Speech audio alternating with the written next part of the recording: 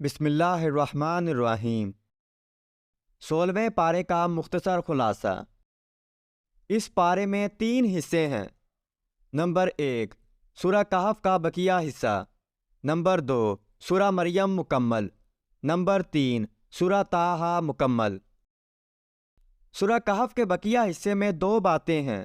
Number 1 حضرت موسیٰ علیہ السلام اور خضر علیہ السلام کا قصہ، جو 15ویں پارے کے آخر میں شروع ہو کر 16ویں پارے کے شروع میں ختم ہو رہا ہے۔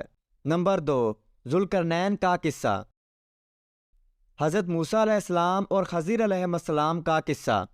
حضرت موسیٰ علیہ السلام کو جب اللہ کی طرف سے یہ اطلاع ہوئی کہ سمندر کے کنارے ایک ایسے صاحب رہتے ہیں جن کے پاس ایسا علم ہے جو آپ کے پاس نہیں، تو آپ ان کی تلاش میں چل پڑے۔ چلتے چلتے آپ سمندر کے کنارے پہنچ گئے۔ یہاں آپ کی ملاقات حضرت خضر علیہ السلام سے ہوئی اور آپ نے ان سے ساتھ رہنے کی اجازت مانگی۔ انہوں نے اس شرط کے ساتھ اجازت دی کہ آپ کوئی سوال نہیں کریں گے۔ پھر 3 عجیب واقعات پیش آئے۔ پہلے واقعے میں حضرت خضر علیہ السلام نے اس کشتی کے تختے کو توڑ ڈالا جس کے مالکان نے انہیں کرایہ لیے بغیر بٹھا لیا تھا۔ دوسرے واقعے میں ایک معصوم بچے کو قتل کر دیا۔ تیسرے واقعے میں ایک ایسے گاؤں میں گرتی ہوئی بوسیدہ دیوار کی تعمیر شروع کر دی جس گاؤں والوں نے انہیں کھانا تک کھلانے سے انکار کر دیا تھا۔ حضرت موسیٰ علیہ السلام تینوں مواقع پر خاموش نہ رہ سکے اور پوچھ بیٹھے کہ آپ نے ایسا کیوں کیا۔ تیسرے سوال کے بعد حضرت خضر علیہ السلام نے جدائی کا اعلان کر دیا کہ اب آپ میرے ساتھ نہیں چل سکتے۔ البتہ تینوں واقعات کی اصل حقیقت انہوں نے آپ کے سامنے بیان کر دی۔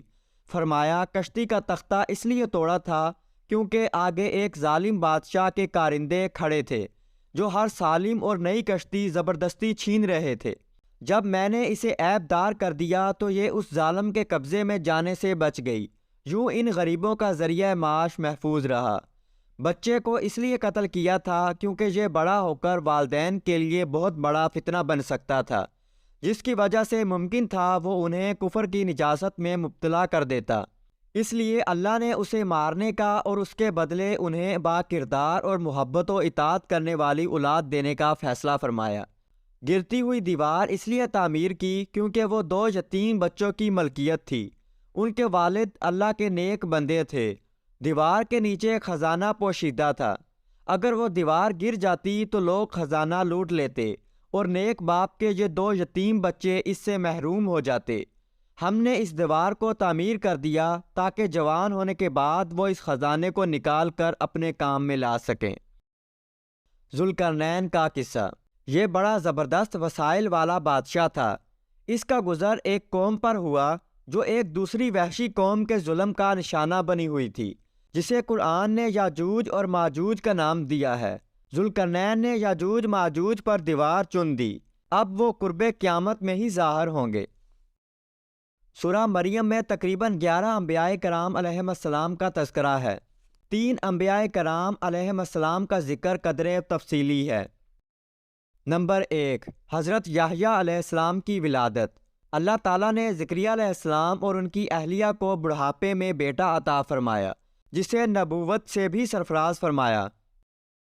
نمبر 2 حضرت عیسیٰ علیہ السلام کی ولادت۔ اللہ تعالیٰ نے حضرت عیسیٰ علیہ السلام کو بغیر باپ کے پیدا فرمایا اور انہیں بچپن میں ہی گویائی عطا فرما دی۔ نمبر 3 حضرت ابراہیم علیہ السلام کی اپنے والد کو دعوت۔ شرک نہ کریں، اللہ نے مجھے علم دیا ہے، میری بات مان لیں، شیطان کی بات نہ مانیں، وہ اللہ کا نافرمان ہے، اس کی مانیں گے تو اللہ کا عذاب آئے گا۔ باقی 8 انبیاء کرام علیہ السلام کا یا تو بہت مختصر ذکر ہے یا صرف نام آیا ہے۔ نمبر 4 حضرت موسیٰ علیہ السلام۔ نمبر 5 حضرت ہارون علیہ السلام۔ نمبر 6 حضرت اسماعیل علیہ السلام۔ نمبر 7 حضرت اسحاق علیہ السلام۔ نمبر 8 حضرت یعقوب علیہ السلام۔ نمبر 9 حضرت ادریس علیہ السلام۔ نمبر 10 حضرت آدم علیہ السلام۔ نمبر 11 حضرت نوح علیہ السلام۔ سورہ طٰہٰ میں 3 باتیں ہیں۔ نمبر 1 تسلی رسول۔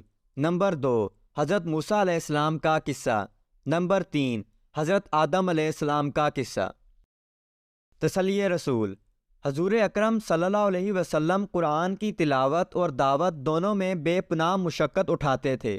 راتوں کو نماز میں اتنی طویل قرات فرماتے کہ پاؤں مبارک میں ورم آ جاتا، اور پھر انسانوں تک قرآن کی ابلاغ اور دعوت میں بھی اپنی جان جوکھوں میں ڈالتے تھے، اور جب کوئی اس دعوت پر کان نہ دھرتا تو آپ کو بے پناہ غم ہوتا۔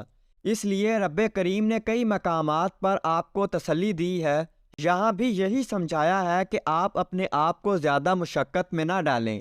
اس قرآن سے ہر کسی کا دل متاثر نہیں ہو سکتا، یہ تو صرف اس شخص کے لیے نصیحت ہے جو دل میں اللہ کا خوف رکھتا ہو۔ حضرت موسیٰ علیہ السلام کا قصہ۔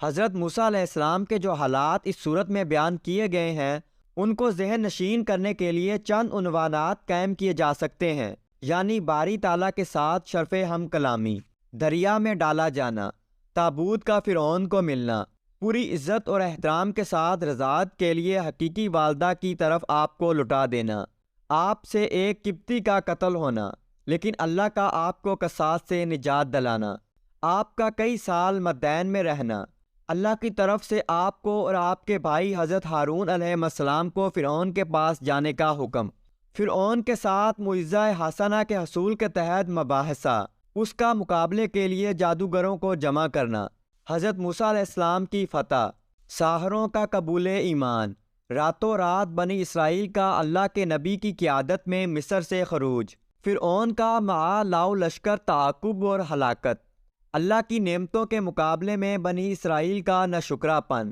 سامری کا بچڑا بنانا، اور اسرائیلیوں کی ضلالت، تورات لے کر حضرت موسیٰ علیہ السلام کی طور سے واپسی اور اپنے بھائی پر غصے کا اظہار، حضرت ہارون علیہ السلام کا وضاحت کرنا وغیرہ۔ حضرت آدم علیہ السلام کا قصہ۔ اللہ تعالیٰ نے حضرت آدم علیہ السلام کو پیدا فرما کر مسجود ملائک بنایا۔ سب فرشتوں نے سجدہ کیا مگر شیطان نے سجدہ کرنے سے انکار کر دیا۔ اللہ تعالیٰ نے حضرت آدم علیہ السلام سے فرمایا، اب یہ تمہارا اور تمہاری بیوی کا دشمن ہے، جنت میں رہو، یہاں آرام ہی آرام ہے، نہ تم بھوکے ہوتے ہو نہ ننگے، نہ پیاسے ہوتے ہو نہ دھوپ سے تکلیف اٹھاتے ہو، بس فلاں درخت کے قریب نہ جانا۔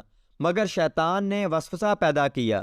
حضرت آدم و حوا علیہ السلام نے شجر ممنوع میں سے کچھ کھا لیا، اللہ نے انہیں جنت میں سے نکال دیا، انہوں نے اللہ تعالیٰ سے معافی مانگی، اللہ نے انہیں معاف فرما دیا۔